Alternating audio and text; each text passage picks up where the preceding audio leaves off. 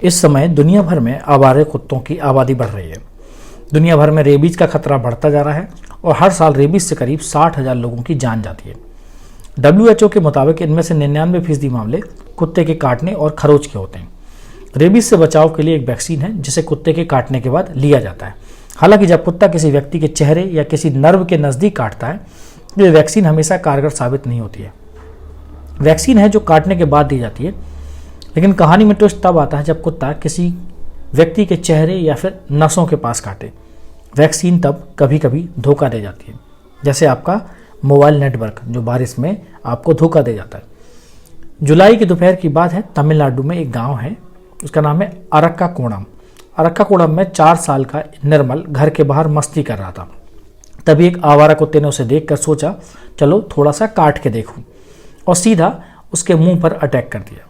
अब आप समझ सकते हैं कि 4 साल का बच्चा है। कुत्ते के काटने के बाद परिवार निर्मल को अस्पताल ले गया और डॉक्टरों ने 15 दिन तक बच्चे को वहां पर एडमिट रखा और उसकी देखभाल की, जैसे कि किसी सर्विस सेंटर में किया जाता है। और घर आने के कुछ दिन बाद निर्मल में रेबीज के लक्षण दिखे। वायरस ने नर्वस सिस्टम में गड़बड़ मचा दी। मामला ऐसा हो गया जैसे वाईफाई का पासवर्ड बदलने के बाद भी इंटरनेट कनेक्ट नहीं हो पा रहा हो। अब इसके बाद देखा जाए तो इसका बहुत ही दुखद अंत हुआ। डॉक्टर की पूरी कोशिश के बाद भी निर्मल को बचाया नहीं जा सका। तो आइए हम बात करते हैं भारत में आवारा कुत्तों की महाकथा की। और ये जो महाकथा नहीं, महागाथा है। ये वही कुत्ते हैं जो दिन में सीधा साधा दिखते हैं, लेकिन रात होते ही सड़क पर गैंग बनाकर ऐसा माहौल बना देते हैं जैसे पूरी गली उनकी निजी संपत्ति हो। कई बच्चे कुत्तों के काटने की बात घर पर बताने से डरते हैं, सोचते हैं कि कहीं माँ बाप डांट ना दें। लेकिन भैया यहाँ बात डांट की नहीं, बात यहाँ पर जान की है। अगर एक आंकड़ा है उस पर गौर करें जो 1994 से 2015 तक का है। इसमें मुंबई की बात करते हैं। मुंबई में 13 लाख लोगों को इस दौरान कुत्तों ने काटा, 1994 से 2015 तक। सोचिए, ये आंकड़ा देखकर कुत्तों का खिलाड़ी नंबर 1 वाला खिताब फाइनल हो चुका है। और तो और 434 लोग रेबीज के कारण इस दौरान अपनी जान भी गंवा बैठे। केवल जान ही नहीं गंवानी पड़ती, कुत्तों के कारण और भी बहुत सारी मुसीबतें आती हैं। एक संस्था है, इसका नाम है ICAM। इसके अनुसार समस्या सिर्फ काटने तक सीमित नहीं है।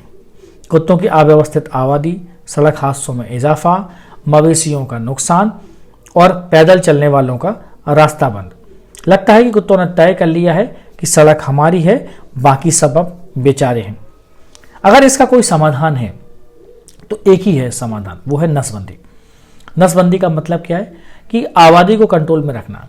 एक ऐसा उपाय जिससे कुत्ते नए कुत्तों को जन्म नहीं देंगे। लेकिन ध्यान दें, ये काम तभी सफल होता है जब इसे सही तरीके से किया जाए, वरना नए कुत्ते आते रहेंगे और सड़कों पर कुत्ता राज खत्म नहीं होगा। सड़कों से कुत्तों को हटाना सही है या नहीं, इस पर बहुत सारी डिबेट होती हैं। कई सारे लोग कहते हैं कि कुत्तों को शेल्टर में डाल देना, मारना या सड़क से हटाने से समस्या हल नहीं होती। दरअसल एक कुत्ता साल में 20 पिल्लों को जन्म दे सकता है। अगर एक को हटाया तो अगला झुंड तैयार हो जाता है। तो लोग सोचते हैं कि कुत्ते को हटा दो और काम खत्म, लेकिन कुत्ते बोलते हैं कि हम एक नहीं, हम पूरी फौज हैं। समझिएगा मेरी बात। तो उनको मारना तो किसी भी हालत में सही नहीं है और इसके खिलाफ हमेशा आवाज़ें उठाई जाती रही हैं। सड़कों पर कुत्तों को गोली मारना या जहर देना कई लोगों को अमानवीय भी लगता है और वास्तव में ये अमानवीय है भी। पशु अधिकार कार्यकर्ता इसे गलत मानते हैं और कुछ लोग इसे सही भी मानते हैं, क्योंकि हिंसा किसी समस्या का हल नहीं है। चलिए हम लोग बात करते हैं बोस्निया की और थाईलैंड की। यहाँ पर बोस्निया और थाईलैंड ने CNVR पद्धति अपनाई, मतलब इनको कलेक्ट करो, फिर इनको न्यूटर करो, वैक्सीनेट करो और रिटर्न कर दो। बोस्निया में 2012 से 2023 तक में सराजेवो में 85% आवारा कुत्तों की आबादी कम हो गई है और यहाँ पर नसबंदी दर 70% है। जागरूकता अभियान और वेटनरी क्लिनिकों की संख्या भी यहाँ पर बढ़ा दी गई है। थाईलैंड में 20 सालों में 10 लाख पशुओं की नसबंदी की गई और उनका टीकाकरण किया गया और 5 लाख आवारा पशु बैंकॉक में पकड़े भी गए। अब भारत को उनसे क्या सीखना चाहिए? अगर भारत में भी सही तरीके से CNVR पद्धति को अपनाया जाए तो समस्या हल हो सकती है। लेकिन आंकड़े हैं जो और दर्दनाक घटनाएं हैं, इनके आंकड़े बहुत खतरनाक हैं। एक हैदराबाद की घटना आपको बताता हूँ कि 4 साल का बच्चा है, आवारा कुत्तों के झुंड का शिकार हो गया। ये सुनकर हर माता पिता का दिल दहल जाता है कि इस घटना ने यह साफ कर दिया कि आवारा कुत्तों की समस्या को अब नजरअंदाज नहीं किया जा सकता। भारत में अगर हम आवारा कुत्तों के आंकड़ों को देखें तो भारत में करीबन 6 करोड़ से ज्यादा आवारा कुत्ते हैं। हर साल ये 2 करोड़ लोगों को काटते हैं। 92% मामलों में कुत्ते ही जिम्मेदार होते हैं और इनके काटने से जो रेबीज फैलता है उससे लगभग 18,000 से 20,000 मौतें भी हो जाती हैं। तो भारत में ऐसा लगता है कि जैसे आवारा कुत्ते हर गली के बॉस हैं। समाधान फिर मैं वही बात कर रहा हूं कि हमें CNVR पद्धति अपनानी होगी, मतलब नसबंदी और टीकाकरण का सही उपयोग, और लोगों को समझाएं कि कुत्तों को नुकसान पहुंचाने से बेहतर है उन्हें संभालना। बच्चों को सिखाएं कि कुत्ते के काटने के बाद तुरंत मदद लें और लोगों को बताएं। और सरकार का ये काम है कि वेटनरी सुविधाएं बढ़ाएं ताकि हर एक कुत्ते की देखभाल हो सके। अब रेबीज वैक्सीन हर जगह उपलब्ध है, यानी अगर कुत्ता काटे तो वैक्सीन लेके आप बच सकते हो। लेकिन लोगों को लगता है कि अरे कुछ नहीं होगा, ये बस हल्का सा काटा है। भैया ये हल्का सा काटा नहीं, पूरा जोरदार खतरा है, इससे मौत भी हो सकती है। अब भारत सरकार का प्लान है कि 2030 तक इस बीमारी से मौत का आंकड़ा 0 हो जाए, मतलब कुत्ते और इंसान का रिश्ता फिर से प्यारा प्यारा हो जाए, ना कोई कुत्ता किसी को काटे, ना रेबीज फैले और ना किसी की डेथ हो। लेकिन हकीकत एकदम अलग है। देश भर में कुत्तों का कहर है। दिल्ली, मुंबई, बेंगलोर, पंजाब, कानपुर, लखनऊ ऐसी जगह बची ही नहीं जहां कुत्तों ने अपनी गैंग ना बनाई हो। एक नया हादसा है, मैं आपको बताता हूं, वो है बेगूसराय का हादसा। बिहार में एक जगह है बेगूसराय, और यहां पर मीरा देवी को एक झुंड ने घेर लिया। वो खेत से लौट रही थी, लेकिन कुत्तों ने उन्हें रास्ते में ही रोक दिया। अब इन कुत्तों के हमलों में 9 लोगों की मौत हो चुकी थी।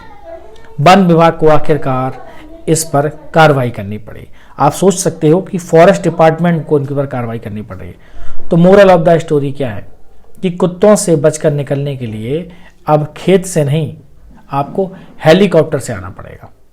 कहने का मतलब है कि कुत्तों से बचाव बहुत जरूरी है।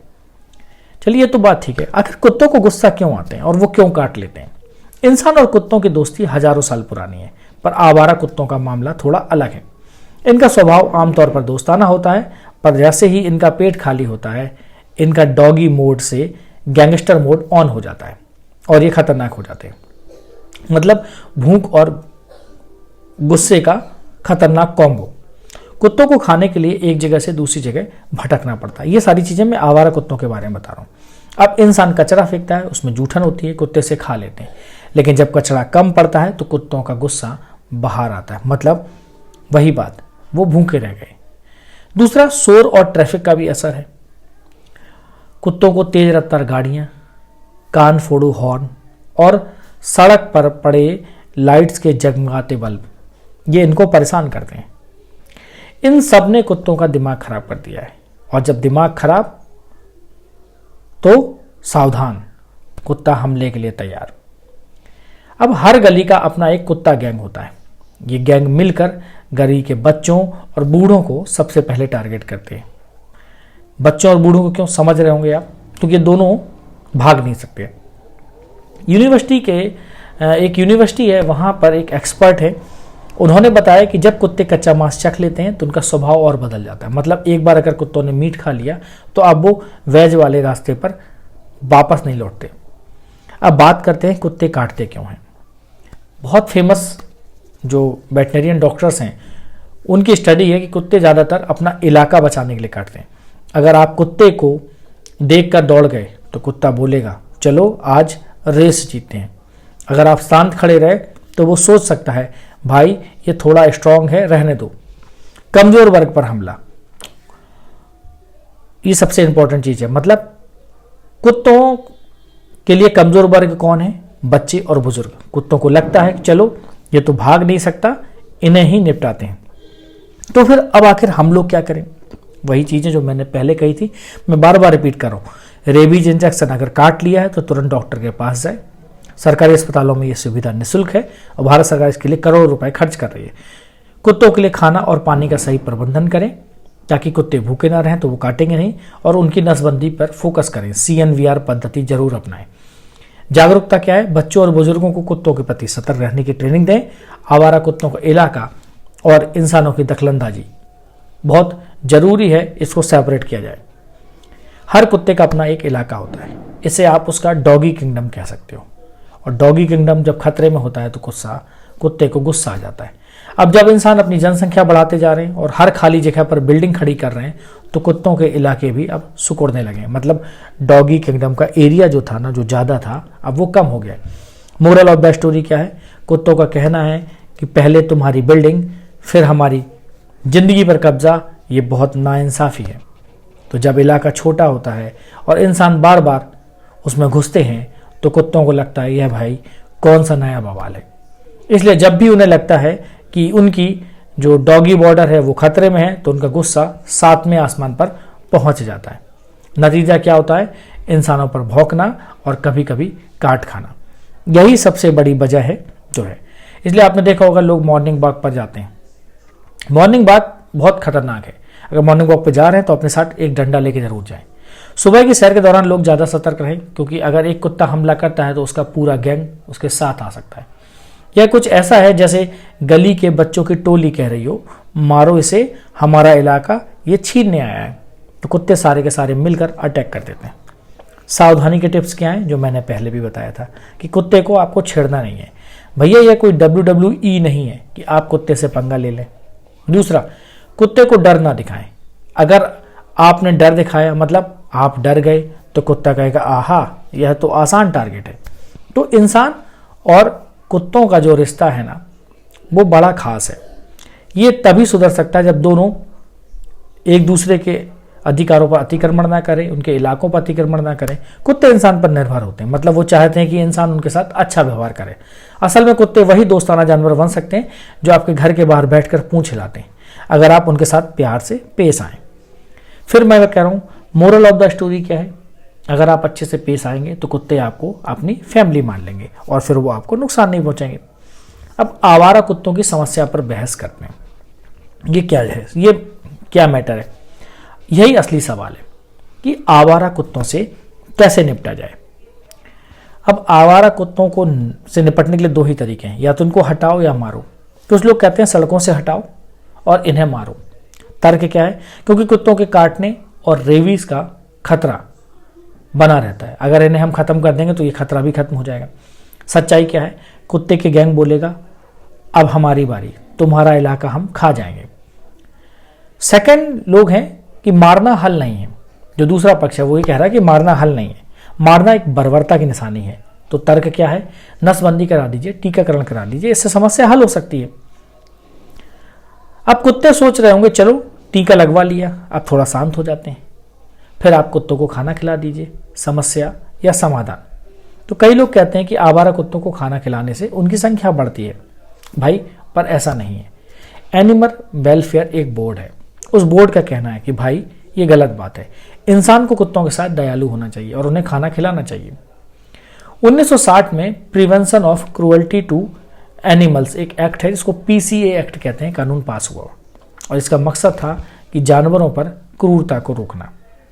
मतलब आप कुत्तों को मार नहीं सकते। अब कुत्ते बोले अरे हमें भी अधिकार मिल गए हैं, क्योंकि इस एक्ट ने उनको क्या कर दिया, उनको अधिकार दे दिया। लेकिन इंसान सोच रहा है अरे अब हम इन्हें कैसे संभालें। निष्कर्ष वही है, प्यार और योजना के साथ आप इनको संभाल सकते हैं, जो कि बहुत जरूरी है। कुत्तों से प्यार करें लेकिन सावधान रहें। नसबंदी और टीकाकरण को प्राथमिकता दें। इंसानों और कुत्तों का इलाका बांट लें।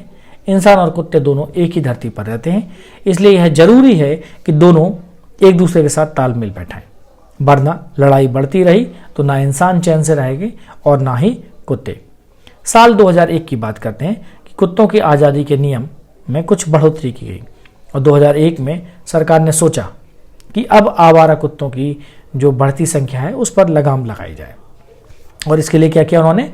एनिमल बर्थ कंट्रोल, जिसको ABC कहते हैं, रूल लेकर आए। मतलब कुत्तों की फैमिली प्लानिंग करो और फ्री वैक्सीनेशन का सरकारी ऐलान किया गया। अब ABC रूल में था क्या? ये बहुत रूल है, बहुत ही इंपॉर्टेंट रूल है और हर शहर की नगर पालिका, नगर निगम इसको लागू करवाता है, ये उनकी जिम्मेदारी है। इसमें स्टरलाइजेशन किया जाता है और वैक्सीनेशन किया जाता है। मतलब कुत्तों की नसबंदी करवानी है ताकि उनकी पॉपुलेशन ग्रोथ रुक सके। लेकिन जो क्रिटिसाइज करने वाले हैं, जो आलोचक हैं, वो कहते हैं भाई ये तो उल्टा हो गया।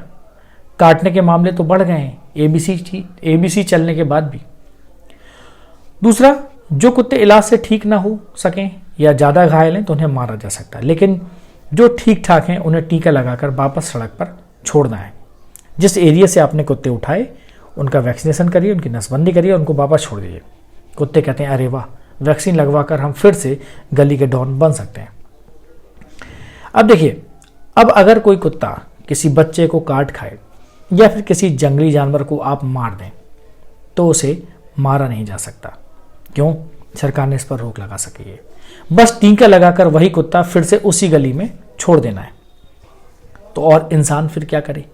लेकिन अगर किसी जनजाति का इंसान गलती से कोई जानवर मार दे तो उसे 7 साल तक की सजा हो सकती है। मतलब हम इंसान हैं या फिर सजा के ठेकेदार? देखिए, कुत्ता तो कह रहा है कि देख लो, हमारा अधिकार अब तुमसे बड़ा है, हम तुम्हें काट भी सकते हैं और हमें सजा भी नहीं होगी, और अगर तुम हमें मारोगे तो तुम्हें सजा हो सकती है।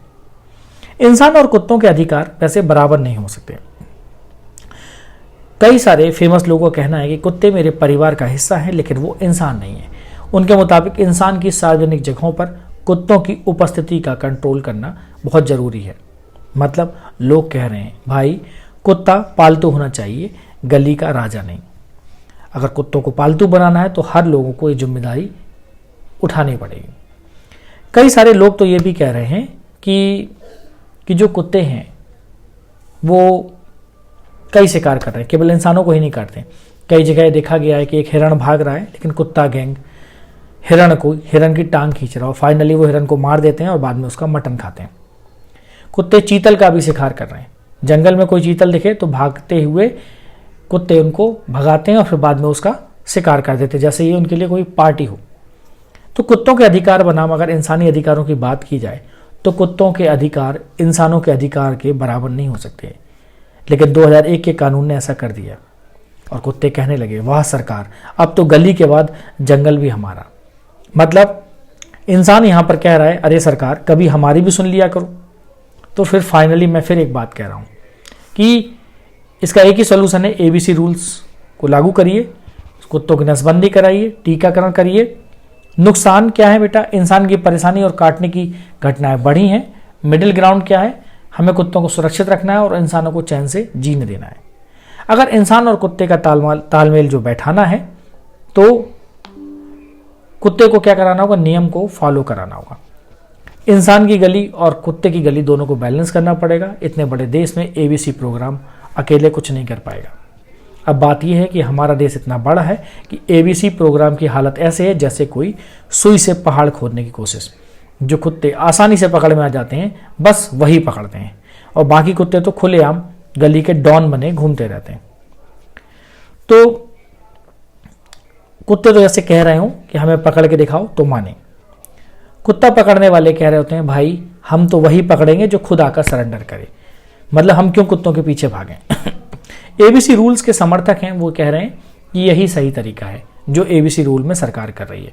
लेकिन कुछ लोग ऐसे हैं जो जैसे उनका ये मानना है कि एबीसी ही एकमात्र हल है। उनके मुताबिक प्रोग्राम की कुछ दिक्कतें भी हैं, बल्कि इम्प्लीमेंटेशन और संसाधनों की कमी इसमें बहुत बड़ी दिक्कत है। मतलब प्रोग्राम सही है लेकिन उसे चलाने वालों के पास मनी, फोर्स और माइंड नहीं है। अब इसका समाधान क्या हो सकता है? मतलब सरकारी जिम्मेदारी केवल नहीं होनी चाहिए। स्थानीय सरकारी अधिकारियों पर सब कुछ छोड़ने से काम नहीं चलेगा, क्योंकि भाई ये गली गली मोहल्ले मोहल्ले का मैटर है। तो गली मोहल्ले के कुत्ते पकड़ने से पहले अपना पानी का पाइप आप ठीक नहीं करवा पाते तो क्या मतलब? आप अपनी पानी का पाइपलाइन सही नहीं करवा पाते, कुत्ते कैसे पकड़वाओगे? एनजीओ और प्राइवेट पार्टियों को भी इसमें जोड़ना चाहिए। मतलब गली गली जाकर स्टेरिलाइजेशन सेंटर खोलो, पुराने जो स्कूल बंद पड़े हैं उन्हें कुत्तों का ओटी बना दो। ठीक है। तीसरा, मोबाइल क्लिनिक। डॉक्टर गली में आकर कुत्तों की नसबंदी और टीकाकरण करेंगे, घर बैठे इलाज करें। ठीक है। और यहाँ आपको लग रहा हो यार ये तो कुत्तों की मौज आ गई। सुप्रीम कोर्ट में भी काफ़ी बहस होती रही है। मामला इतना गर्म है कि सीधा सुप्रीम कोर्ट में पहुंच गया और वहाँ पर कहा गया कि कोर्ट एबीसी नियमों की वैधता पर सुनवाई कर रही है। मतलब ये तय हो रहा है कि ये नियम वाकई कानून लायक हैं या सिर्फ फाइल भरने के लिए बने हैं। कहने का मतलब है कि वास्तव में कुत्तों पर काम हो भी रहा है कि नहीं, क्योंकि हमें कोई फर्क नहीं पड़ता, हम तो राजा हैं, ऐसा कुत्ते कह रहे हैं। आम लोग कुत्तों को गोद ले लें। कुछ लोग कह रहे हैं कि जो आवारा कुत्ते हैं या जो गली के कुत्ते हैं, तो लोगों को आर्थिक लालच देकर उनको कुत्तों को गोद दिलवाओ, यानी कुत्तों को पालो और सरकार से इनाम पाओ। कुछ इस प्रकार की स्कीम भी लागू करनी चाहिए, लेकिन ये काम इतना आसान नहीं है, क्योंकि इसके लिए हर कोई तैयार नहीं होगा। पिल्ला हो तो कोई गोद ले लेगा, क्योंकि वो प्यारा होता है, उसके छोटे छोटे पंजे होते हैं, मासूम आंखें होती हैं, अरे वाह ये तो टेडी बियर जैसा दिखता है। लेकिन बड़े कुत्ते का क्या? एक बड़ा कुत्ता नई जगह को अपनाने में काफ़ी दिक्कत करता है, तो वो बोलेगा भाई मुझे तो पूरी गली चाहिए, सिर्फ एक छोटा सा नया घर नहीं। और इंसान बोलेगा भाई ये तो दिन रात भौंक रहा है, मुझे सोने भी नहीं दे रहा है। तो ये भी दिक्कतें हैं और इस तरह की घटनाएं जारी हैं। अभी भी इस पर बहस चल रही है। इसी बहस के बीच कुत्तों के हमलों की घटनाएं आपको सुनने को रोज़ मिलती रहेंगी, क्योंकि आप देखें कि रोज़ शहर में सरकारी अस्पतालों में कम से कम 3-4 हज़ार लोगों को रोज़ कुत्ते काट रहे हैं। तो कुत्तों का तो कहना है कि तुम लोग बहस करो, हम तो अपनी मस्ती करेंगे। अब ज़रूरत यह है कि इंसान और कुत्तों के बीच कोई सुधारवादी समझौता हो जाए, वरना गली में हर किसी को कुत्ते राज के आगे झुकना ही पड़ेगा। बने रहिए हमारे साथ इसी प्रकार के इंटरेस्टिंग वीडियो के लिए। नमस्कार, जय हिंद।